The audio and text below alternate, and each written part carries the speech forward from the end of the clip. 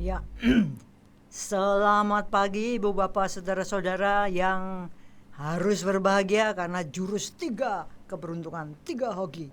Yang pertama, kita harus bahagia karena beruntung terlahir sebagai manusia. Yang kedua, kita harus bahagia karena beruntung kenal Dhamma, ajaran kebenaran. Dan yang ketiga, kita harus bahagia karena beruntung masih hidup, masih punya kesempatan untuk toker-toker cari pesangon untuk dibawa pindah alam. Terimalah salam Dhamma dan Namo Buddhaya. Minggu pertama di bulan Juni hari ini membawa pemahaman kita tentang anicca. Setengah tahun loh sudah berlalu ya. Jadi kalau waktu itu lahir mati terus dalam mikrodetik. Manusianya juga gitu. Ada bayi lahir, ada yang mati, ada yang hidup, tapi toh suatu ketika mati juga. Anicca. 2 hari lalu tanggal 4 Juni pagi-pagi kami di Klaten ini sudah dikabarin dari Bali. Shirley WA Cik Lan, Cik Win, jam 5 tadi Ibu Erlina sudah meninggalkan kita. Duer, gojleng gitu ya. Waduh, satu kehilangan yang besar. Dunia Buddhis, Indonesia, bumi gonjang-ganjing. Apalagi dunia Buddhis di Bali. Waduh, setengah mati besarnya kehilangan yang kita rasakan. Masing-masing orang yang punya perjodohan karma, pernah dekat, kenal, bersinggungan, berjodoh dengan Bu Erlina, pasti juga kena tuangnya ini tadi. Masing-masing pribadi punya ingatannya, kesannya sendiri-sendiri pada sosok luar biasa yang namanya Ibu Erlina Kang Adiguna ini. Ibu bapak saudara-saudara, di Klaten ini kami pun ada jodoh karmanya dengan Bu Erlina. 4 tahun yang lalu, itu hampir 2 bulan, Bu Erlina tinggal di Dhammaguna. Satu bangunan yang juga tersentuh oleh kedermawanan Bu Erlina, karena beliau dan juga sahabat-sahabat Dhamma di Bali itu banyak membantu, sehingga akhirnya Wihara Bodhiwangsa dan Wisma Dhammaguna selesai dibangun. Saya sendiri secara pribadi punya pengalaman tentang kedermawanan Bu Erlina yang bermula dari SPD, sebulan pendalaman Dhamma ya. Itu saya belasan tahun berkesempatan mengisi, berarti juga belasan kali saya ketemu sama Bu Erlina. Dan ngomong-ngomong dengan Bu Erlina itu selalu ya membawa banyak sekali inspirasi, semangat, pandangan-pandangan yang luas. Karena Bu Erlina ini benar-benar praktisi. Jadi bukan cuma teori, tapi beliau benar-benar praktisi. Salah satu yang mengesankan bagi saya, sepele aja saya mau bagikan sedikit. Itu kalau kita lihat Bu Erlina tuh ya kayak gitu itu. Sudah bertahun-tahun. Rambutnya aja yang katanya mahkota perempuan. Cukur ya. Pakaian yang wah luar biasa. Ya cuman kayak gitu. Punyanya ya cuman modelnya satu itu. Jadi mau punya 100 ya semuanya kayak gitu. Bisa dibayangkan ya. Grembyangnya luar biasanya perubahan yang dilakukan dalam perjalanan kehidupan. saya sempat ngomong-ngomong tentang ini, bagaimana Bu Erlina sebelum kenal Dhamma. Wah, kisahnya bagus sekali. Karena kalau ngomong dia ketawa-ketawa ngomong, saya dulu gila loh kan. Kalau yang namanya kondangan, wah itu beberapa bulan sebelumnya semua karyawan saya sudah gerobakan karena saya ribet. Pokoknya saya harus tampil terbaik di pesta manapun. Erlina Kang itu juaranya. Saya ditunjukin piala, foto-fotonya, wah gebiar. Karena apa? Juara sebagai apa? Perempuan berbusana terbaik. Wah, cantik jelita, celeng gitu ya. Belum nanti dia harus ke luar negeri beli aksesorisnya. Pokoknya tidak boleh ada yang ngembarin saya. Saya ketawa ngekek-ngekek. Ya, saya dulu gilanya kayak gitu kan. Gila kalau orang nggak kenal Dhamma tuh aneh-anehnya kayak gitu. Juara lomba ini. Jadi egonya, mohanya itu wah meningkat pesat dan rasa bangganya ada. Itu loh kan. Gobloknya bener kalau orang nggak kenal Dhamma tuh kayak gitu. Beruntung. Nah, kemudian kita biasanya seru sekali omong-omong karena semuanya selalu hal-hal yang berhubungan dengan Dhamma sangat bermanfaat. Tadi pagi waktu meditasi tiba-tiba saya itu teringat satu peribahasa zaman saya kecil SD dulu.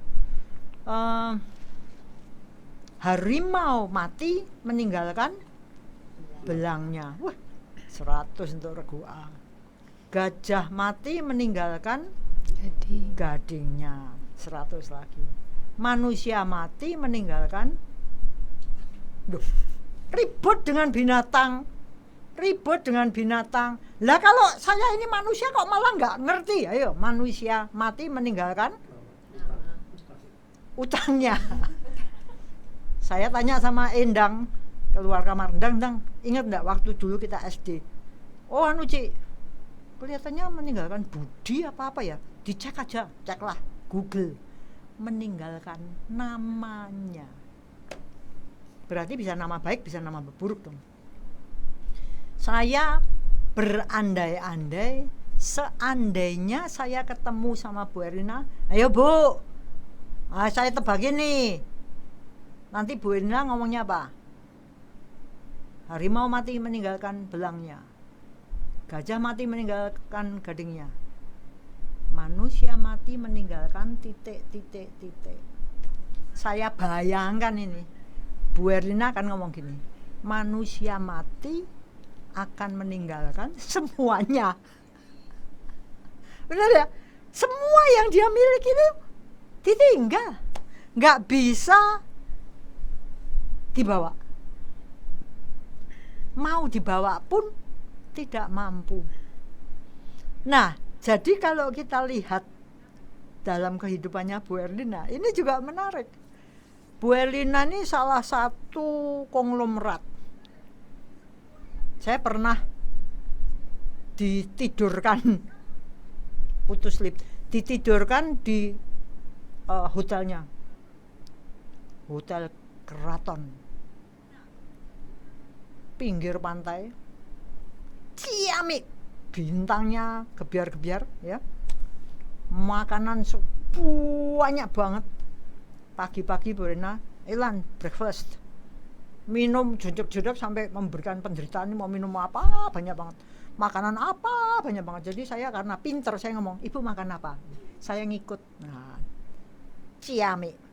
Terus Bu Erlina tuh ngomong, saya pikir saya ini goblok dulu kan. Kenapa Bu? Ngapain? Ini punya hotel seperti gini nih, ngapain? Mau saya jual aja.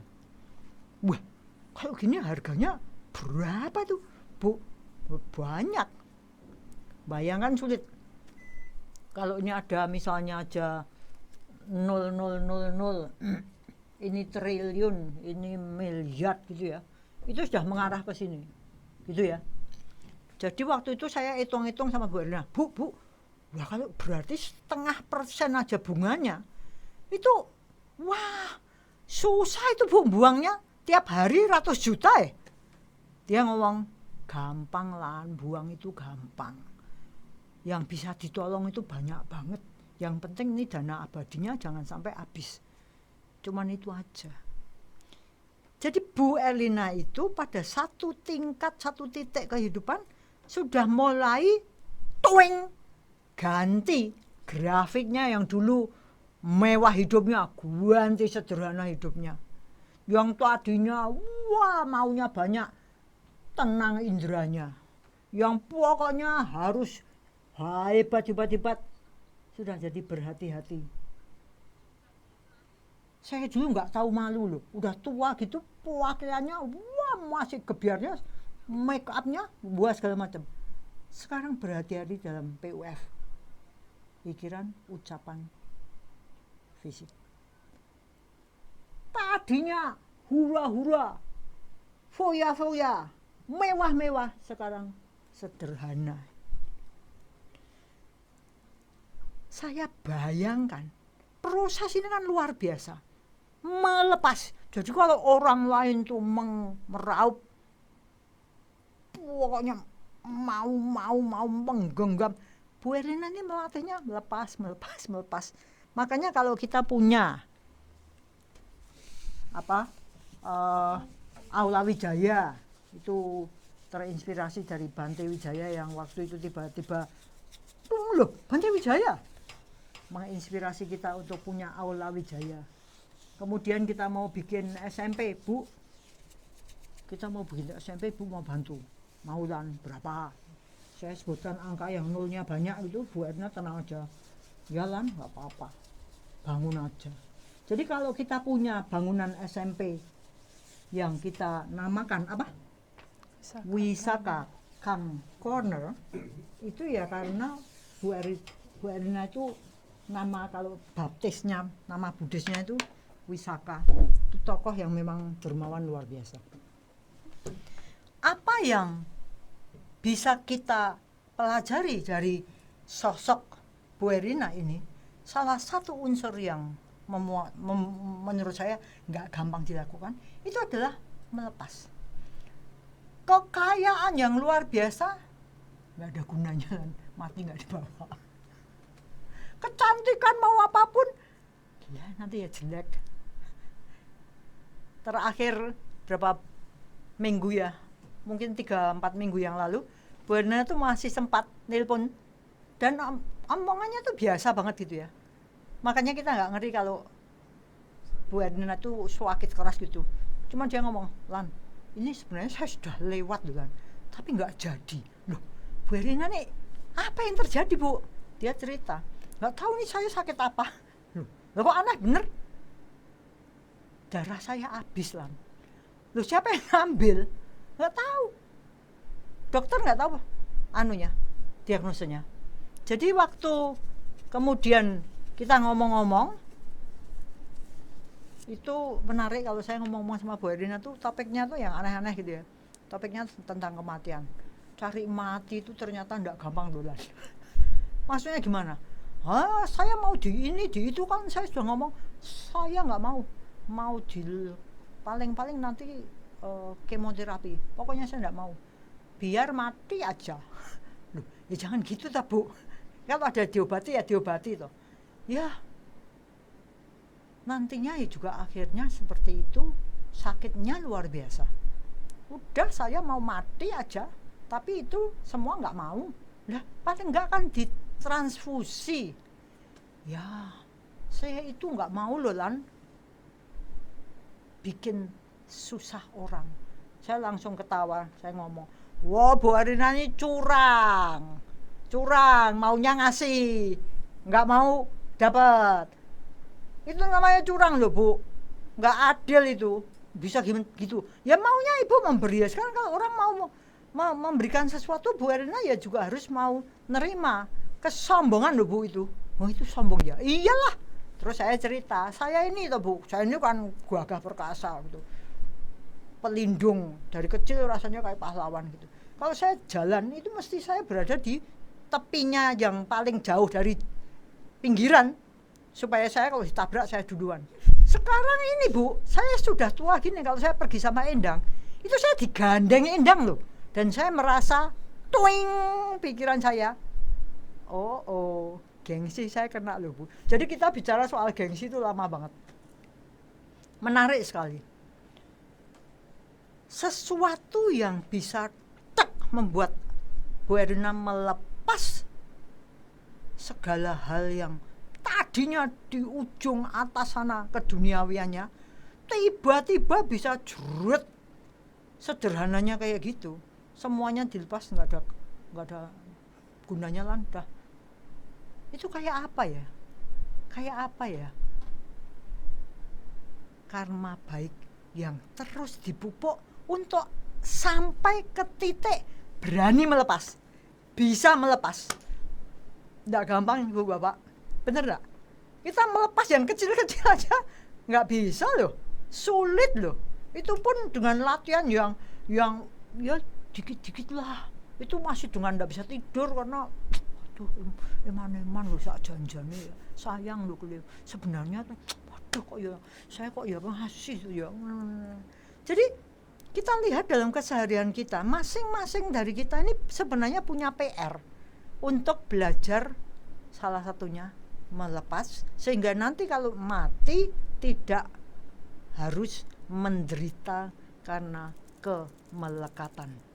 Nah, kemelekatan ini juga menarik kalau kita lihat etimologinya, ya itu kan dari lekat gitu ya. Lekat itu kata sifat, lalu ada kelekatan, seperti ajar ada belajar, pelajaran. Tapi kalau lekat menjadi kelekatan, menurut saya itu hanya urusannya dengan sifat lekatnya itu. Lekatnya, kelekatan lem ini bagus. Tapi kalau kita sebagai orang yang melakukan sesuatu, dari kata lekat ini muncul melekat. Maka saya sendiri selalu menganggap dari kata melekat ini muncul kata kemelekatan, bukan kelekatan. Kalau lekat itu lekat ini. Nah, ini kelekatannya kuat. Tapi kalau ini enggak, melekatnya kuat. Seperti belajar akhirnya menimbulkan kata baru, pembelajaran. Jadi ini dari kata belajar tambahi pembelajaran. Tapi sebenarnya itu dari kata ajar kan gitu. Begitu juga menurut saya pribadi rasanya lekat itu bukan kelekatan. Kalau kita urusan dengan dunia spiritual, itu kemelekatannya ini yang mengerikan. Maka kalau kita ditinggalkan oleh Bu Erina, jangan lupa kita belajar sesuatu dari apa yang sudah dilakukan Bu Erina, untuk kita juga ikut belajar, menerampilkan diri supaya kalau kita mati, ya kalau Bu Erina sih saya ngomong kalau mau mati ya enggak apa-apa sih Bu. Ibu udah jasa kebajikannya udah banyak banget, karma baiknya ya udah banyak, pesangonnya Ibu itu banyak banget, jadi mati ya nggak apa-apa. Lah saya ini Bu, kita ngekek-ngekek bersama, makanya kita ini harus benar-benar serius lah. Ya Bu, kamu di sana dunia kamu kan lain sama dunia saya, nanti kamu lihat deh, itu Dhamma Desa bagus banget, seperti surga. Suatu ketika datang dong, kita meditasi sama-sama. Ya nggak bisa lah sekarang ya. Tapi bagaimana kita selalu bisa belajar dari suri teladan Bu Erina yang benar-benar hidup, kita ketemu, kita lihat sendiri dengan mata kepala bagaimana beliau sudah membaktikan diri untuk praktek dalam Dhamma ini dengan sebaik-baiknya, sebisa-bisanya. Itu hal yang luar biasa. Kemelekatan beliau benar-benar dihajar dengan sudah lepas. Kali ini sharing Dhamma juga memberikan satu manfaat yang bisa kita latih, seperti halnya apa yang akan diungkapkan. Tetapi benar-benar PR kita sebenarnya amat banyak sekali. Mati bisa kapan saja, di mana saja, pas dengan siapa saja. Tapi kembali, setiap orang itu punya sangunya sendiri-sendiri, punya modalnya sendiri-sendiri. Maka mari kita bertanya, Apa PR yang harus kita garap secepat-cepatnya, sebanyak-banyaknya, sebaik-baiknya. Nah, belajar tentang melepas ini secara kecil-kecilan tapi juga banyak sekali menimpa pada banyak orang termasuk kita, akan diberikan oleh seorang guru yang sudah pernah menampilkan sharingnya beberapa bulan yang lalu. Sekarang saya tembak untuk sharing lagi karena ada pengalaman yang menarik. Ayo Zelda, silahkan.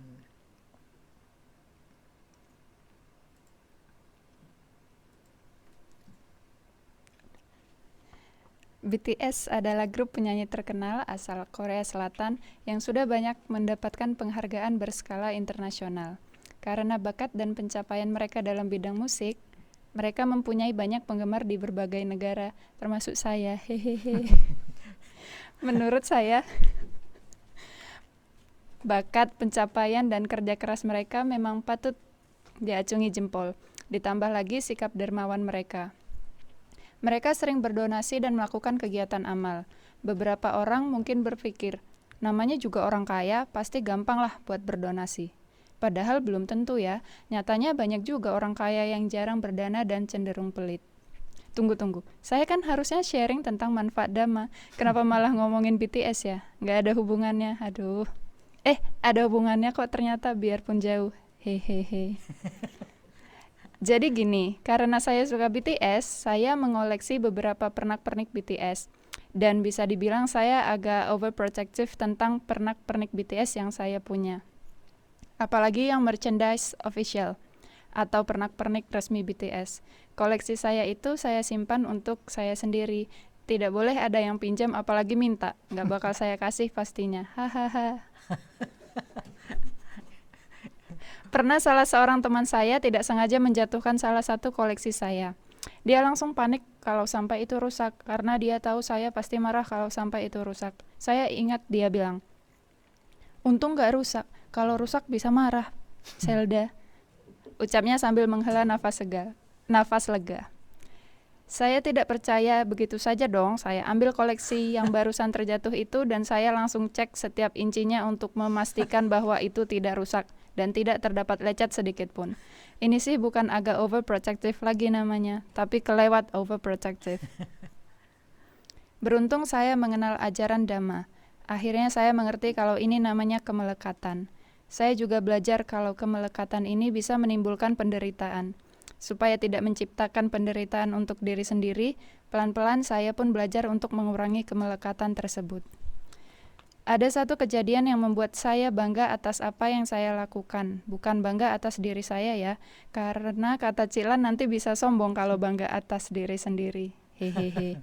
Saya bangga atas apa yang saya lakukan, karena dari kejadian ini saya bisa membuktikan manfaat Dhamma dalam hidup saya, khususnya yang berhubungan dengan kemelekatan.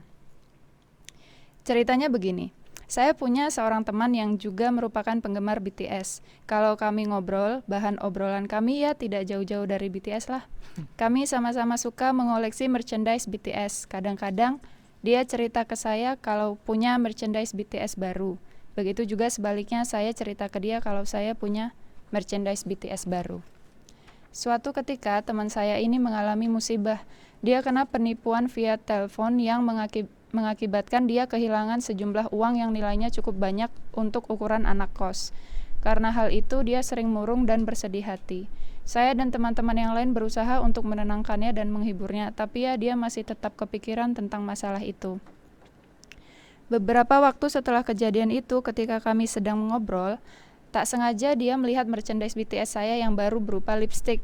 Dia pun dengan sangat antusias bertanya tentang lipstik itu. Saya pun menjawab pertanyaannya dan berakhir dengan kalimat, "Kamu beli aja, soalnya stoknya udah mau habis loh."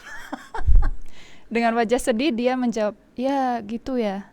Setelah melihat responnya yang seperti itu, saya membatin, aduh kok aku bilang begitu, kan dia baru kehilangan uang. Saya menyesali ucapan saya.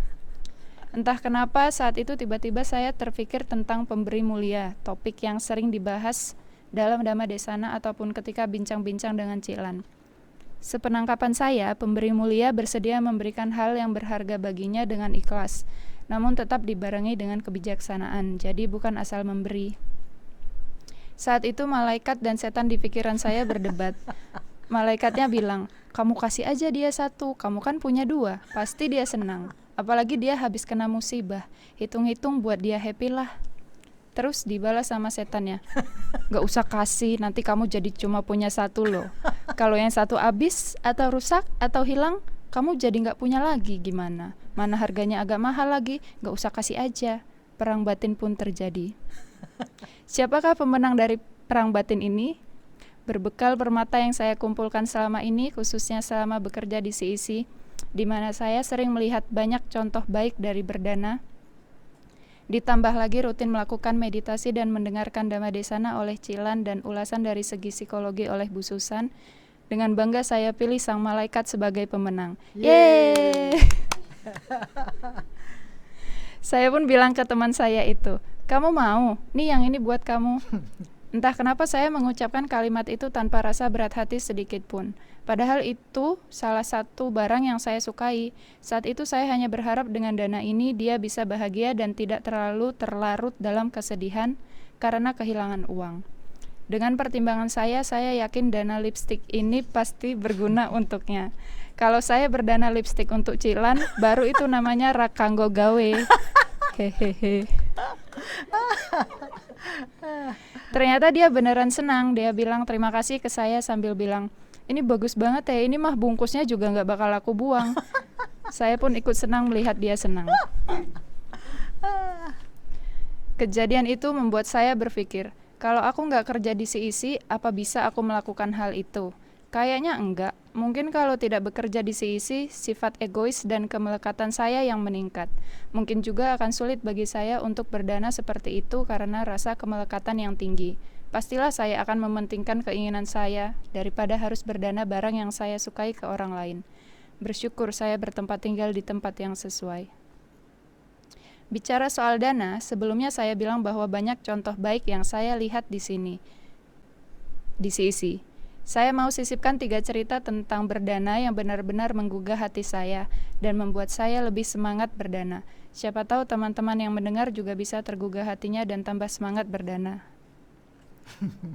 Yang pertama, saya tidak sengaja mendengar percakapan di kantor, isinya tentang dana makanan untuk karyawan pet shop tempat Bala dirawat.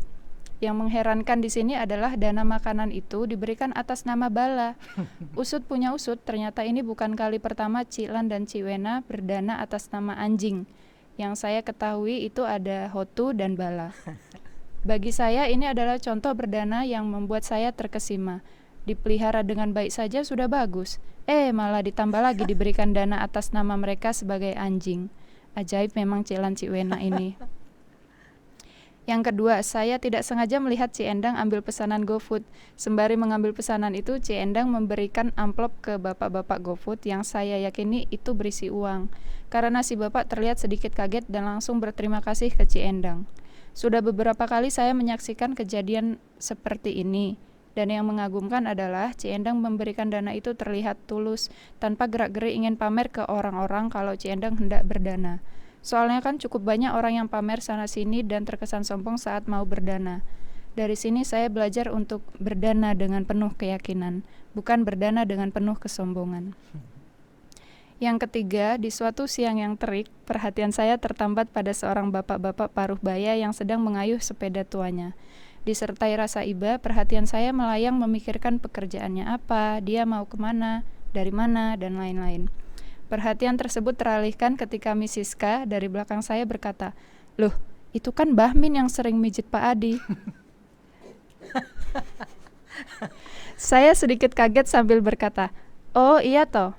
Lalu Miss Siska menjawab, "Iya, itu yang bikin papa nomor HP bapaknya ya Pak Adi, biar orang-orang gampang lihatnya." Wah, berguna sekali, batin saya. Papan yang dimaksud adalah papan bertuliskan nama si bapak beserta nomor HP dan profesinya sebagai tukang pijat. Mendengar ucapan itu, entah kenapa hati saya tergugah sampai saya meneteskan air mata. Emang anaknya cengeng sih ya, hehehe. Seolah-olah ada suara keras yang berkata, Tuh lihat, kamu juga harus semangat berdana. Jangan mikirin kesenangan diri sendiri. Banyak orang yang harus dibantu. Jangan suka mengeluh. Dari kejadian ini, saya juga terinspirasi dan lebih semangat untuk berdana dan membantu sesama. Sharing saya ini saya tutup dengan sebuah kutipan dari buku Parita yang membuat saya bersyukur berada dan bekerja di lingkungan CEC. Bertempat tinggal di tempat yang sesuai, memiliki timbunan kebajikan di masa lampau, dan membimbing diri dengan benar. Itulah berkah utama. Kutipan ini juga mengingatkan saya pada ucapan salah seorang anggota BTS. Dia bilang, "Aku tidak tahu kebaikan apa yang aku lakukan di masa lampau, sehingga aku bisa mendapatkan cinta kasih sebanyak ini." Sewaktu mendengar ini, saya langsung ingat kutipan yang ada di buku Parita tersebut. Apa jangan-jangan BTS juga belajar dhamma ya? Hehehe. Dari sini saya berasa diingatkan lagi supaya terus melakukan kebajikan sehingga memiliki timbunan kebajikan yang pasti besar manfaatnya. Terima kasih kepada semua keluarga besar CEC PBPP plus Bu Susan yang banyak memberikan pelajaran berharga untuk saya, sehingga saya mau terus berjuang mengumpulkan lebih banyak lagi permata kehidupan. May all beings be happy and may the best come to us all. Wih. Iya, lipstiknya saya tunggu ya. Nanti mau saya bikin apa untuk whiteboard marker. Ya, menarik sekali bagaimana anak muda itu perhatiannya itu pada hal-hal yang meskipun saya ngomong ora kanggo gawe karena saya udah cantik tapi masih merasa nggak cantik. Saya yang nggak cantik merasanya paling cantik, elok rupawan, cantik jelita. Ya begitulah. Kalau kita lihat dari kisahnya Bu Erlina tadi, ya sekarang Bu Erlina tampil dengan seperti itu aja justru lebih bahagia daripada ketika masih gerobakan sebagai juara pertama. Bu Susan, ayo piye sekarang yang ditunggu-tunggu, silakan. Ayo Bu. Ya, terima kasih Bu Nani.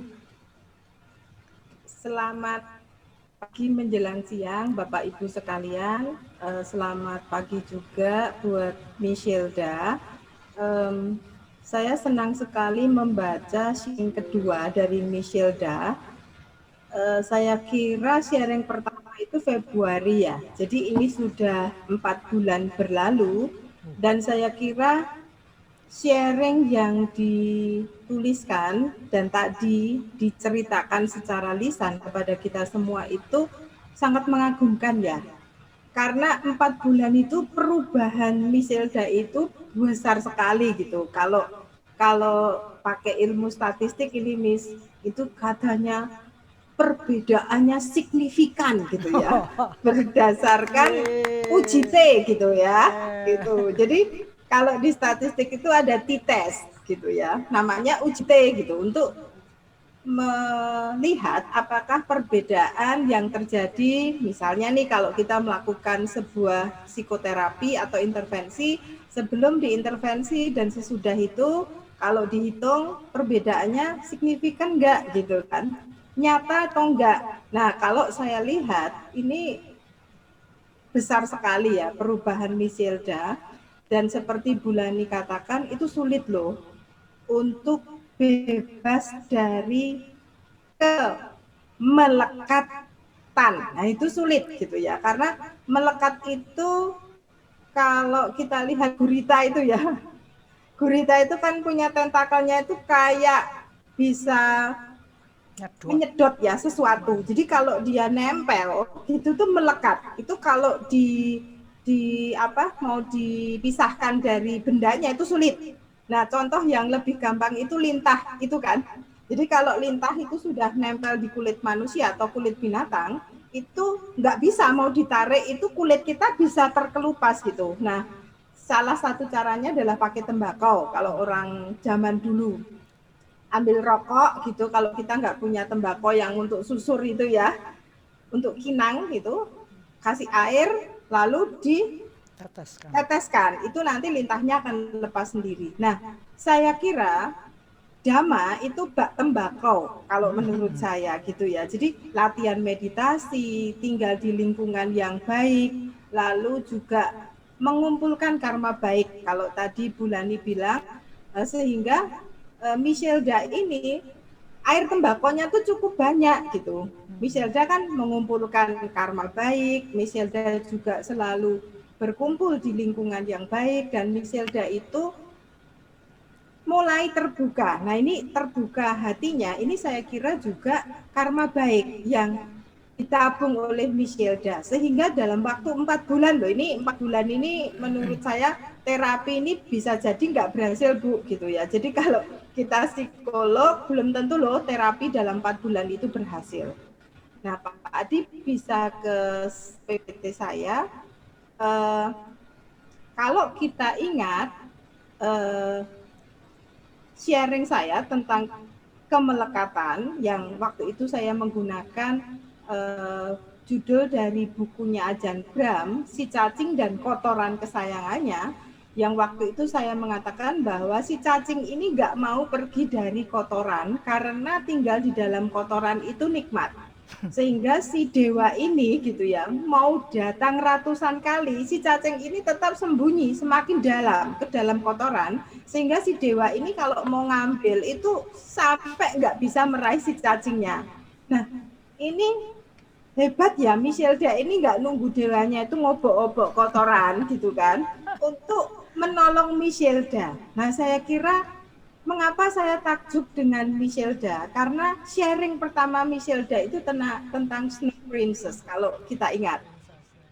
Jadi bagaimana Michelda itu men-sharingkan crab mentality-nya, bagaimana Michelda itu merasa gara-gara dia itu ingin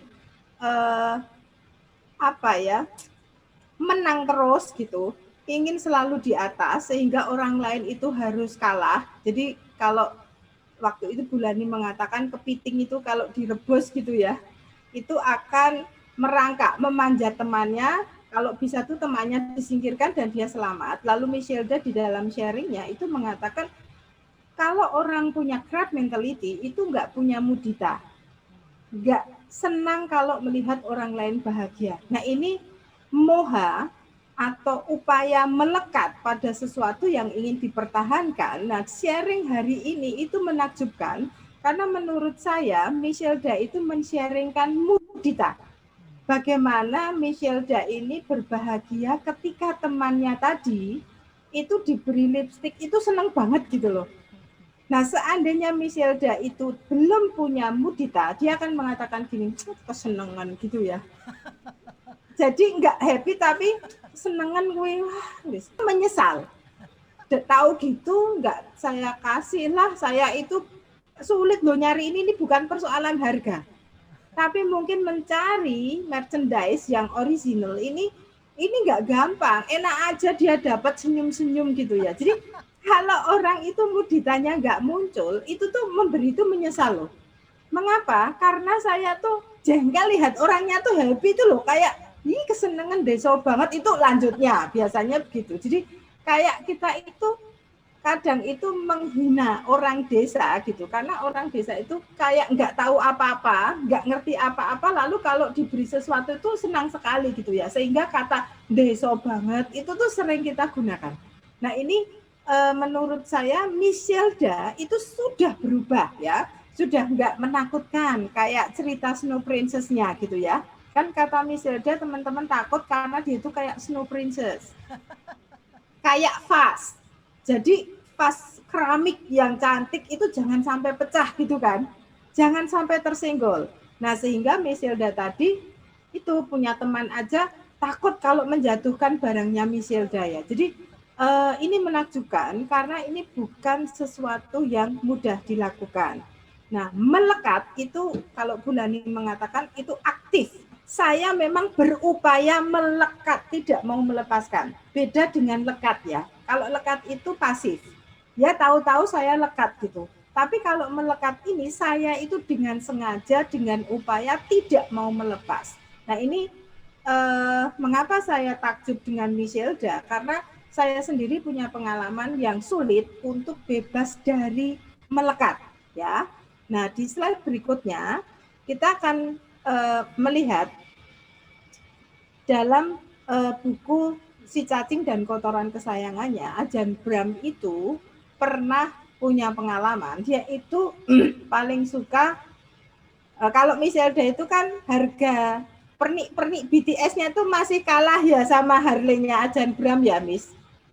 Jadi kalau beli Harley ini, saya lihat Harley itu paling murah itu harganya 350 juta, mahal itu sampai 2M ya. Nah, ini kalau dibelikan lipstiknya BTS, Miselda, ini bisa dibagikan ke seluruh rakyat Indonesia, saya kira gitu ya. Nah, Bisa, Bu. Ajahn Brahm itu eh, sangat suka Harley Davidson dan itu adalah barang kesayangannya. Nah, waktu itu Ajahn Brahm itu sudah mulai mengenal Dhamma, tetapi dia belum menjadi biksu ya. Nah, waktu itu dia ke mall besar gitu, jalan-jalan gitu kan. Lalu udah seharian dia puas jalan-jalan di mall, dia mau pulang gitu kan. Nah, sampai di parkiran Harley-nya itu hilang, nggak ada.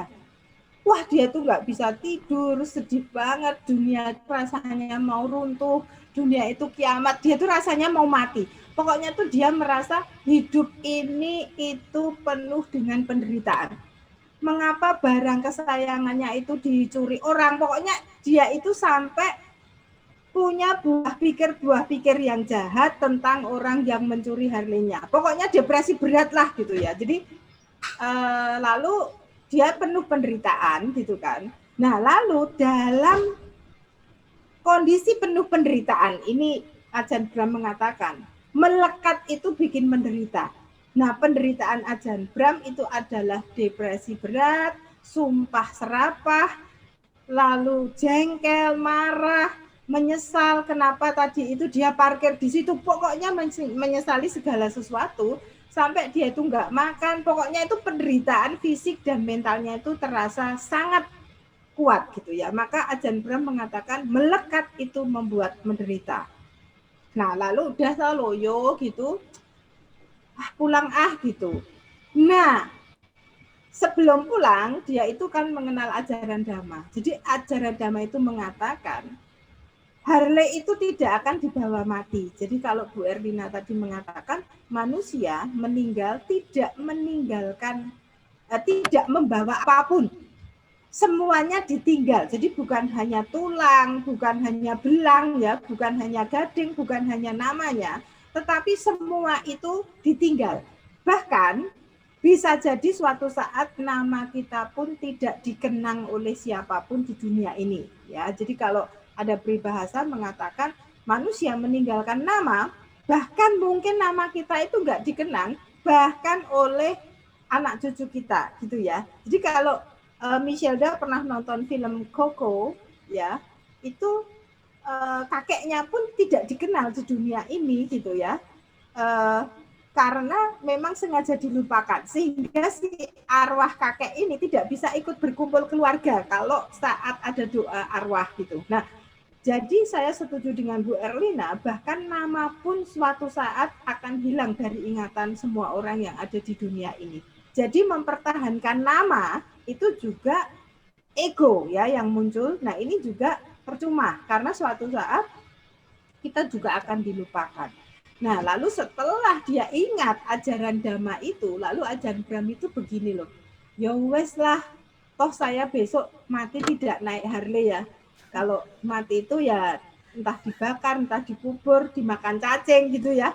Nah, akhirnya dia lega, lepas dari penderitaan karena dia ingat ajaran Dhamma bahwa kalau kita melekat pada sesuatu, entah itu harganya mahal ataupun harganya murah, itu bikin menderita. Contohnya hari ini saya itu depresi berat gitu. Akhirnya dia happy gitu, bersiul-siul, senang lah, bangga. Kayak Miselda ya bangga karena mengenal ajaran Dhamma.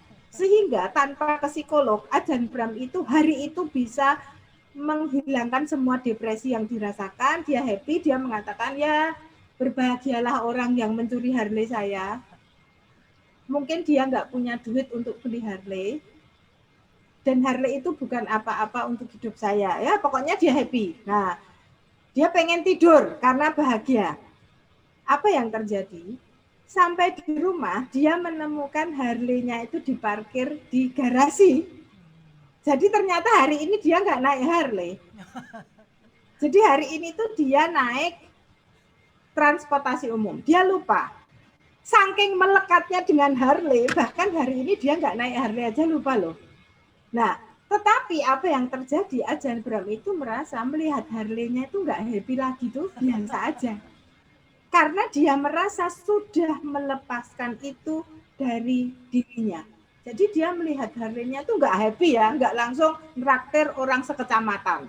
Wah, Harley saya ketemu, kita syukuran nggak? Ajan Bram itu ketika menemukan Harley-nya di garasi tidak merasa lega lagi, biasa aja gitu.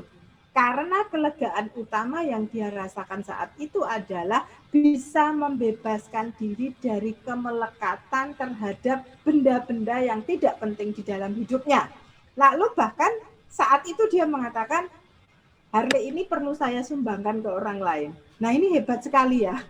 Artinya yang sesiang tadi dia itu sedih karena Harley-nya merasa hilang dan dicuri, sekarang dia merasa Harley ini perlu saya lepaskan. Oh, ini hebat ya. Nah ini saya kira pengalaman Michelda itu juga hebat sekali. Meskipun itu lipstick ya, tetapi saya kira bukan persoalan harga, tetapi kemelekatan itu adalah, ini adalah barang saya, ini adalah identitas diri saya dan saya itu sulit untuk melepaskan. Nah, kalau kita lihat Pak Adi ke slide berikutnya, itu penderitaan yang dirasakan oleh Michelda dalam sharing tadi itu kan sebetulnya ada banyak ya. Kalau kita tengok Michelda di sharing tentang Snow Princess dan hari ini itu ada emosi atau perasaan marah, itu juga ada. Jadi kalau barang-barangnya tersenggol, jatuh, sampai pecah, wah ini bukan lagi overprotective, kata Michelda, tapi marah. Nah, kita ingat beberapa waktu lalu sharing tentang kemarahan, bahwa marah itu sebetulnya membuat kita itu menderita. Ya, jadi penderitaan terbesar itu karena marah. Tadi Ajan Bram juga mengatakan marah itu bikin menderita, kepala saya pusing dan seterusnya, ya.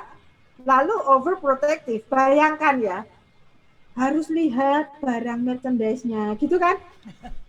Terus nggak bisa tidur, ini rusak nggak ya gitu. Dilihat lagi nih mesti sama Michelda. Iya, Kok Bu. kayaknya bawahnya agak cacel-cacel ya gitu. Letakkan lagi. Nanti mau tidur, sih nggak percaya gitu. Lampunya dinyalain, pakai kaca pembesar gitu. Lalu jengkel dengan teman yang menyenggol atau apapun, dan ini bisa berhari-hari. Nah, saya dulu itu pernah juga merasakan hal ini. Jadi saya punya barang, barusan saya beli, nggak sengaja tersenggol teman saya, lalu retak ya. Jadi saya beli gelang manik-manik giok gitu. Bagus sekali gelang ini. Harganya sih nggak mahal.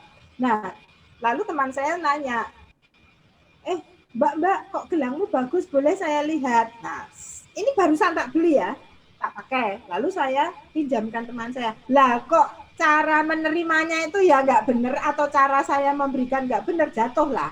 Lalu ada bagian retak kecil, nggak kelihatan. Wah, tapi Michelda, saya itu lihat satu-satu, ada retak kecil. Bayangkan ya, saya itu bisa nggak berhari-hari nggak tidur karena terobsesi untuk membeli lagi. Ngeri ya. Marah dengan teman saya, marah dengan diri sendiri, lalu saya itu terobsesi untuk membeli barang itu lagi. Nah, padahal ini saya belinya di Martapura. Bayangin ya. Itu kan saya harus ke Martapura. Dulu itu belum ada online, Miss. Saya itu masih jadul ya.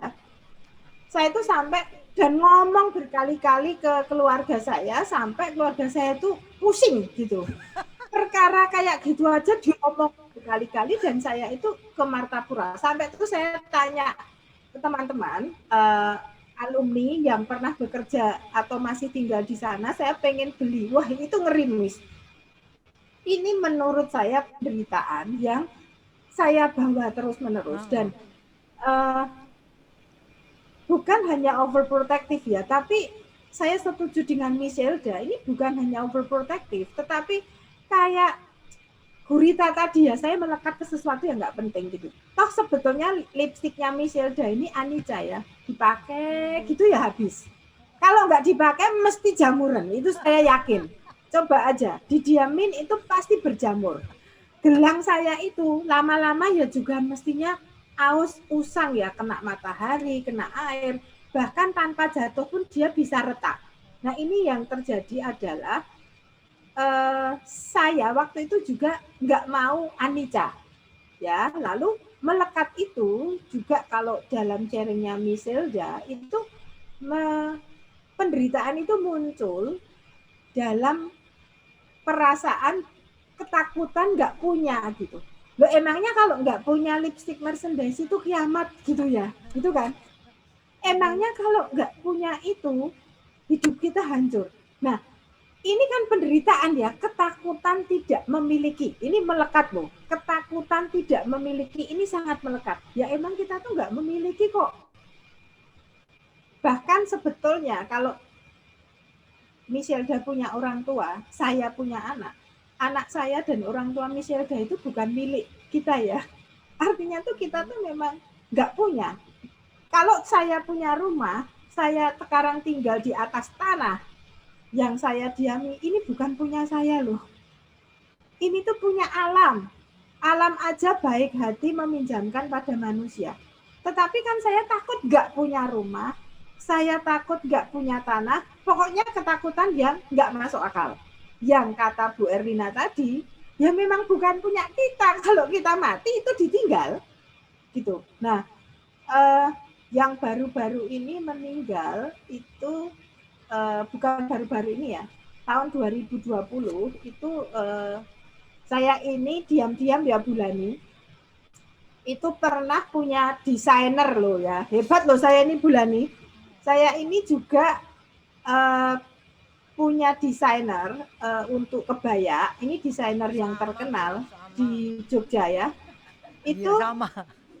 Itu meninggal dan dia ini single ya, nggak punya anak, nggak punya istri, pokoknya dia itu hidup sendiri, lalu dia meninggal. Ini rumahnya itu 8, mobilnya banyak sekali. Nah, apakah dia membawa semua ini? Tidak ya. Jadi artinya ketika dia meninggal ya, yang rebutan itu yang loba dosa moha ini saudaranya gitu kan. Artinya, wah siapa yang mau mewarisi harta benda ini gitu. Nah, saya setuju dengan Bu Erlina. Lalu apa gunanya toh kita itu melekat pada hal-hal yang tidak kita miliki, itu satu. Dan yang kedua, saya itu agak terinspirasi dengan Bu Erlina begini.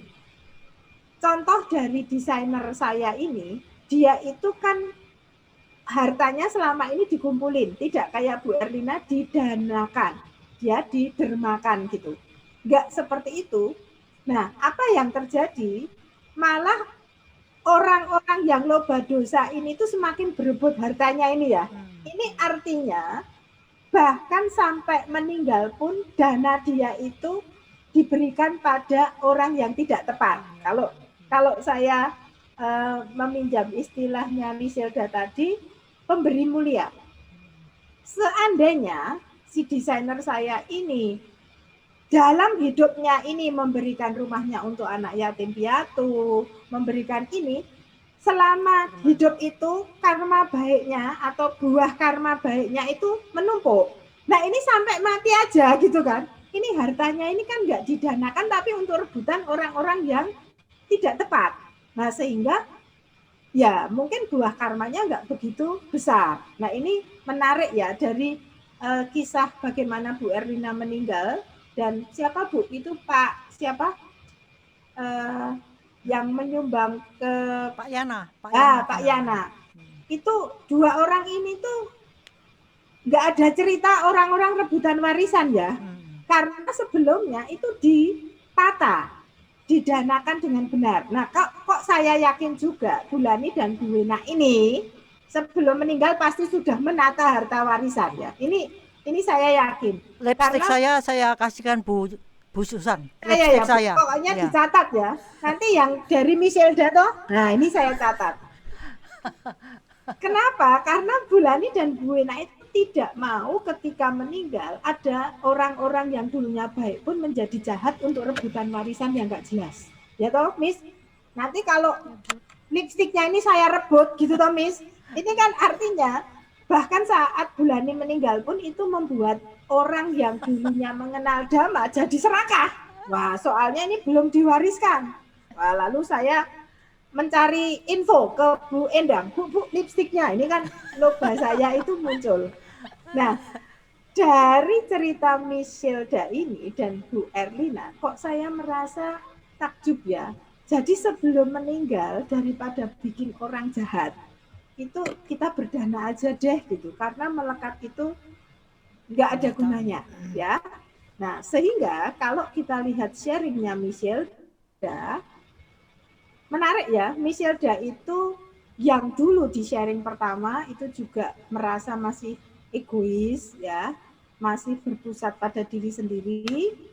Ke slide berikutnya Pak Adi, masih merasa diliputi loba dosa moha sehingga mendapat nilai tinggi pun nggak puas ya Miss. Karena ada temannya yang nilainya lebih tinggi gitu. Pokoknya kalau saya nggak paling top, markotop gitu, itu nggak bisa tidur, itu kan penderitaannya mengerikan. Nah, sehingga kalau kita lihat dalam sharing tadi, ada setan dan malaikat ya, di dalam diri Michilda, itu sedang menimbang-nimbang, apakah saya mau menuruti atta saya, ego saya, nanti kalau saya berikan satu, berkurang dong harta benda saya. Nah, malaikatnya ngomong, lah kan kamu punya dua, kasih dong ke temanmu gitu. Nah, mungkin setannya itu juga kalau lebih kejam, janganlah, nanti dia terlalu senang kalau kamu beri, gitu kan. Kayaknya tuh nanti kan besok banget lah intinya gitu ya. Untungnya tuh setannya enggak kayak saya gitu, nyetaninya enggak begitu kuat. Lalu Michilda itu kan sebetulnya menimbang-nimbang antara saya mau mempertahankan ego saya yang penuh loba dosa moha atau saya itu mau menuju ke ajaran kebenaran yaitu Dhamma ya yang selama ini Michilda mulai kenal. Nah, untungnya malaikatnya banyak, Bu. Ingatan Michilda itu banyak sekali tentang orang-orang di sekitar yang memberikan contoh melakukan karma baik. Ya, tadi ada contoh Pak Adi, ya. Lalu Bu Endang, lalu kata-kata Bu Lani juga pemberi mulia. Orang yang mulia itu adalah orang yang bisa memberikan sesuatu yang paling berharga untuk hidupnya. Nah, ini satu hal yang paling sulit loh, Miss. Memberikan yang dirasa paling berharga. Kalau seandainya Michilda itu punya bakpao, bakpao itu kan bagi Michilda bukan sesuatu yang berharga kan? Enggak suka kok bakpao. Bakpao itu bikin pipi tembem ya Miss, padahal Michilda itu kan cantik jelita, kayak princess gitu. Rupawan, elok rupawan gitu ya. Jadi kalau saya itu memberikan bakpao satu lusin pun ke teman saya, no problemo. Karena saya nggak suka bakpao. Artinya saya belum pemberi mulia, karena yang saya berikan itu barang yang nggak saya sukai. Nah, sementara Michilda ini belajar untuk memberikan barang yang dirasa sangat berharga di dalam hidupnya, yaitu lipstick, ya toh. Lalu juga memberikan ke orang yang tepat.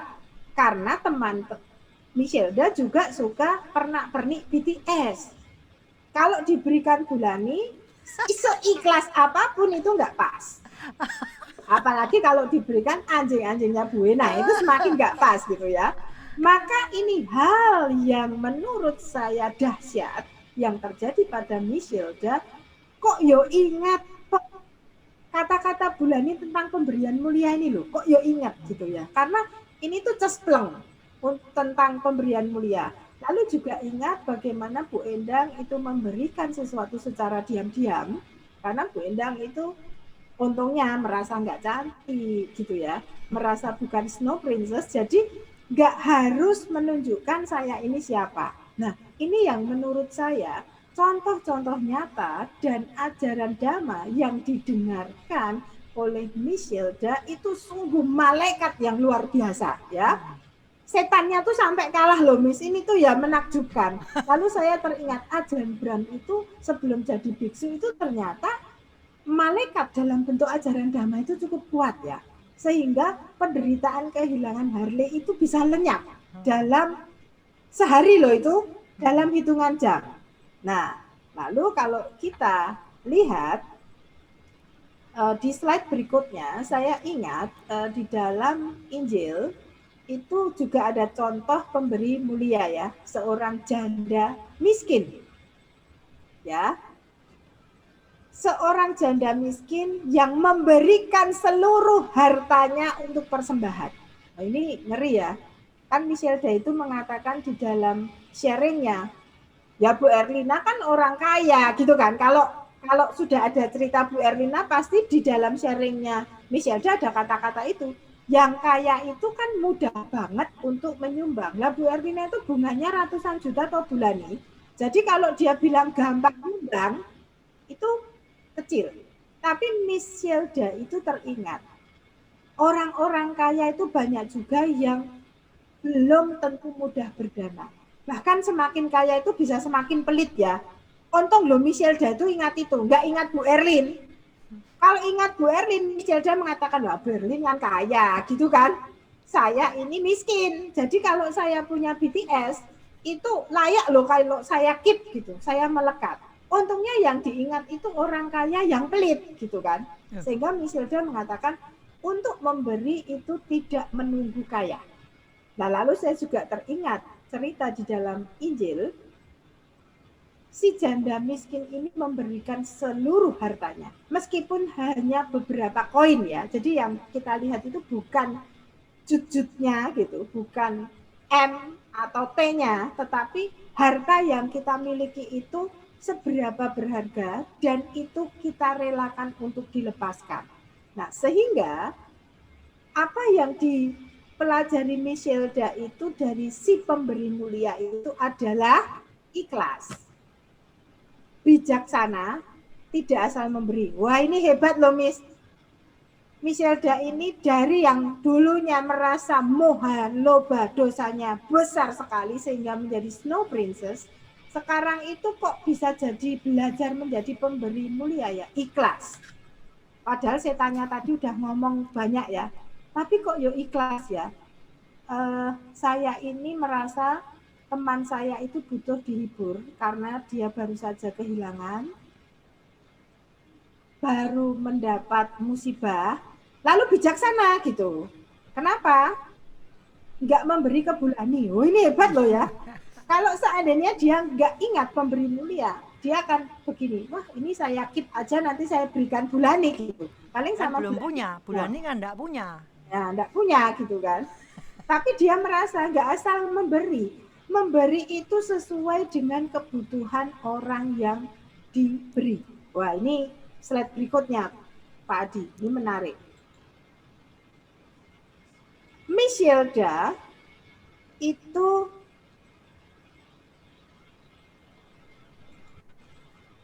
yang paling akhir dulu Pak Adi slide-nya, karena ini lebih cocok untuk menjelaskan. Nah, Michelda itu menakjubkannya itu begini loh. Dia dulu merasa dipenuhi loba, dosa moha ya. Kalau kita lihat dia egois. Ya, lalu atanya besar. Di sharing sebelumnya dia mengatakan nggak punya mudita. Welas asihnya itu kecil gitu ya. Sehingga merchandise itu lebih berharga daripada manusia. Gitu kan? Sehingga nilai itu lebih berharga dari mengasihi temannya. Nah, tetapi yang sekarang terjadi perubahannya adalah Michelda itu empati. Welas asihnya itu muncul. Nah ini yang menakjubkan. Kalau Michelda dulu mengatakan tidak punya mudita, merasa muditanya kecil, sharing hari ini menunjukkan perubahan yang saya katakan kalau diuji T tadi, statistik signifikan 0,001, itu welas asihnya munculnya besar sekali. Ya, jadi Miss Hilda itu memberikan barang yang menurut Miss Hilda sangat berharga untuk hidupnya. Meskipun menurut Bulani itu tidak berharga. Sangat tidak berharga lipstik itu menurut Bulani loh ya. Tapi ini menurut Miss Hilda itu paling berharga untuk hidupnya dan itu diberikan. Wah, ini welas asih atau muditanya muncul loh, Miss. Lalu Miss Hilda bijaksana karena memberikan sesuai dengan apa yang dibutuhkan temannya saat itu, bukan lipstiknya. Tapi teman saya membutuhkan penghiburan, membutuhkan empati dari saya, membutuhkan dukungan dari saya, sehingga kasih yang saya berikan berupa memberikan barang yang juga berharga buat dia, itu akan memberikan penghiburan dan akan membantu meringankan dia dari penderitaan sesaat. Wah, ini kan hebat ya. Kalau Bulani sedih, mungkin dihiburnya nggak pakai lipstik gitu kan. Jadi kita nanti nggak perlu memberi lipstik Bulani kalau beliau sedih gitu. Nah, ini kan berarti Miss Hilda itu tepat sasaran memberikan sesuai kebutuhan. Nah, ini perubahannya ngeri ya. Dari Ata menuju ke Anata. Wah, ini ngeri ya. Aloba, Adosa, dan Amoha. Lalu kan Miss Hilda ini bisa terharu atau tadi melihat temannya happy. Bisa tersentuh hatinya gitu ya. Sekarang kalau kita lihat itu snow-nya yang melingkupi princess ini meleleh, Miss. Jadi air. Enggak membatu, enggak frozen gitu ya. Hatinya itu meleleh. Nah, ini kalau lanjutannya nanti ceritanya Miss Hilda tuh frozen, Miss. Bagaimana saudaranya yang penuh kasih itu menyayangi siapa yang frozen itu? Anna. Nah, Let It Go, Bu, dipeluk lagunya. dengan penuh kasih ya. Let It Go. Nah, lalu melelehlah esnya dan hidup kembali. Betul nggak? Iya, Bu. Nah, ini kan artinya sekarang cerita berikutnya, Miss, saya tunggu itu Frozen, bukan Snow White ya, bukan Snow Princess, karena sekarang esnya itu sudah meleleh karena kasih. Nah, ini menarik. Dan bagaimana Miss Hilda itu bisa menjadi seperti ini? Nah, ke slide sebelumnya, Pak Adi. Miss Hilda itu belajar meneliti dengan seksama. Wah, ini kalau Bulani jadi dosen, Bu, ini kalau dinilai ya Bu, ini nilai mata kuliahnya Bulani ini A loh Bu. A plus Bu. A plus ya. Plusnya itu bisa lebih 100 ini, Miss. Tapi sayangnya di transkrip itu hanya A ya, nggak ada plusnya gitu. Nah, dengan meneliti dengan seksama, yaitu mulai dengan meditasi, kan Miss Hilda juga tenang seimbang, mengingat kembali ajaran Dhamma. Wah, ini ajaran Dhamma itu seperti tembakau tadi ya, Miss. Ya, Bu. Setan malaikatnya ini, wah, dihancurkan nih sama air tembakau. Sehingga lintahnya Miss Hilda itu terlepuk jatuh dengan sendirinya dengan gampang loh ya. Itu seandainya nggak ada air tembakau yang berupa ajaran Dhamma, ini lintah nih kalau ditarik, kulitnya Miss Hilda ini kena. Ini berhubung cespleng, ada tembakau, lintahnya itu kelepuk gitu, lepas dengan sendirinya. Sehingga Miss Hilda tadi mengatakan dengan entengnya, dengan ikhlasnya, saya itu mengambil keputusan yang tepat, memberikan merchandise saya kepada teman saya. Nah, sehingga yang terjadi, Miss Hilda saat itu melalui ajaran Dhamma bisa membedakan baik buruk, loba, dosa, moha dengan hal-hal yang penting di dalam hidup yang perlu dilakukan. Miss Hilda itu bisa sekarang membedakan lipstick dengan memberikan sesuatu dengan tulus itu lebih berharga memberikan. Oh, ini hebat loh Bu. Karena dulu ini lipstick itu berharga ya. Sekarang menjadi berdana itu lebih berharga di dalam hidup dibandingkan menyimpan lipstick yang mungkin mati pun saya tuh kalau dirias bisa jadi nggak pakai lipstick itu loh, Miss, nggak ada surat wasiat. Rias mayat itu nggak punya lipstick BTS, Miss. Jadi kalau misalnya nggak diberi surat wasiat oleh Miss Hilda, dia pakai lipstick bekas mayat yang lain loh, Miss ya. Jadi kalau Miss Hilda nanti pengen tetap pakai BTS, tolong disimpan, ditulis, kalau saya mati tolong berikan periasnya untuk melipstick saya. Kalau enggak, itu tukang rias mayat nggak akan menggunakan lipstick BTS-nya Miss Hilda.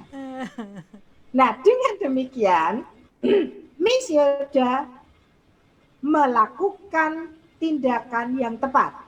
Pikirannya tepat, kalau Bu Lami mengatakan buah pikirnya tepat, memilih berdana, memberi dengan bijaksana, itu yang biru itu ya, memberi dengan bijaksana, empati welas asih, ucapannya benar, memberikan empati, tindakannya benar, memberikan lipstik, dan buah pikir selanjutnya benar, bahagia melihat temannya tersenyum. Ya. Dengan demikian, penderitaan yang tadi di awal itu saya tuliskan, itu hilang. Maka di biru yang kanan ini, Miss Hilda hari itu juga bebas dari derita. Dengan ringan memberi, bersyukur, dan sangat gembira. Nah ini kalau Miss Hilda besok punya buku ya Miss, tolong tuliskan ini dengan baik seperti Ajahn Brahm. Supaya ini bisa dipelajari oleh orang-orang lain yang terinspirasi oleh bagaimana cara Miss Hilda melepaskan diri dari kemelekatan. Siap, Terima Bu. kasih atas sharing hari ini. Terima kasih Bu Lami atas kesempatannya. Semoga semua makhluk berbahagia. Thank you Bu. Tapi memang menarik sekali melihat bagaimana pengalaman kita ini tidak lepas dari berbagai pernak-pernik yang beda dari satu orang ke orang lain. Itu sebabnya sebenarnya kita bisa belajar, selalu belajar dari siapa saja, kapan saja, di mana saja, karena variasinya itu sangat menarik. Kalau dilihat hari ini Miss Shelda, dia agak kepalanya agak besar Bu Susan. Oh, dia biasanya cuman S-E-L, Selda. Sekarang S-Y, Shelda. Gaya bener. Ya. Selda memberikan satu contoh yang sebenarnya kalau dilihat dari akarnya, memang yang dikatakan Bu Erina tadi sangat tepat, yaitu significant change gitu ya. Perubahannya itu signifikan. Tapi menurut saya, kalau kita ini tidak diberitahu, loh gitu, Sel, wih sekarang, wah maju. Kadang kita ini tidak ngerti tuh, aku maju apa enggak ya? Itu sebabnya dibutuhkan psikolog yang handal, yang kenal dhamma, yang mau praktisi, yang mau repot-repot tiap minggu diganggu. Belum kalau diberi soal-soal 2 minggu lagi Siska ini sudah sudah dikirim, jadi Bu Susan harus sudah kesaktian dikeluarkan lagi. Tapi kita semua tuh sebenarnya mengambil permata-permata yang tercecer dalam perjalanan hidup. Oleh sebab itu, kalau hari ini kebetulan juga pas sekali saya sudah mengungkapkan tentang bagaimana orang itu bisa terbebas dari penderitaan karena adanya pengetahuan yang cukup, pengetahuan benar yang membawa pada langkah-langkah yang benar dalam kehidupan. Maka sungguh kita ini bersyukur, sungguh kita ini beruntung karena kita sebenarnya punya banyak kekayaan. Jadi semoga tidak ada orang yang mengatakan saya miskin, karena sebenarnya kita ini kaya setengah mati. Cuman kita nggak bisa lihat apa tuh yang kita punya. Maka kalau hari ini Bu Susan memberikan pencerahan apa yang bisa diambil dari contoh yang tadi kelihatannya sederhana, cuman cerita BTS, saya ngomong itu bukan sederhana loh. Itu luar biasa karena dalam hal-hal kecil itu maknanya dalam banget. Nah itu kan keahliannya Bu Susan untuk bisa ngambil yang dalam-dalam. Sekaligus juga semoga kita masing-masing berjuang untuk makin memberi kesempatan pada diri kita untuk melatih keterampilan melepas, tapi hati-hati, yang dilepas itu penderitaan. Jangan melepas kebahagiaan. Karena kalau kita tidak hati-hati, kita lepas semuanya, lepas kerjaan, lepas apa? Kerajinan, lepas. Kejujuran, lepas, kita akan jatuh. Jadi kalaupun kita melekat, mari kita melekat dengan hal-hal yang baik, melekat dengan integritas, melekat dengan dhamma. Karena nanti memang akhirnya dilepas semuanya, nanti banget. Sekarang ini kita harus benar-benar tahu mana yang baik, mana yang tidak baik, sehingga yang dilepas itu yang ora kanggo gawe, yang tidak membawa pada kemuliaan, tidak membawa pada keagungan, tidak membawa pada leremnya hati dan pikiran. Oleh sebab itu, ibu bapak saudara-saudara, sekaligus juga kita berkaca, belajar dari kehidupan luar biasa Ibu Erlina Kang, yang hari ini juga banyak memberikan inspirasi pada kita. Banyak hal yang kelihatannya tidak mungkin, sebenarnya mungkin kalau kita mau membebaskan diri dari belenggu-belenggu yang melekat dalam pikiran sehingga pikiran terasa sesak. Sederhana hidupnya itu membahagiakan, tenang indranya itu membahagiakan. Berhati-hati dalam bertindak melalui pikiran, ucapan, dan fisik itu membuat kehidupan kita makin lega. Jangan lupa tahu malu, tahu takut. Dan seperti yang Ibu Erlina lakukan, tidak lagi melekat pada hura-hura, foya-foya, mewah-mewah. Nggak mati kita.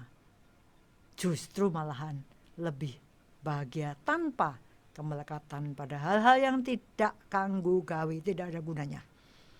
Semoga kita terus berjuang mumpung kita belum mati, karena suatu ketika kita pasti mati. Dan untuk cari, inilah waktunya.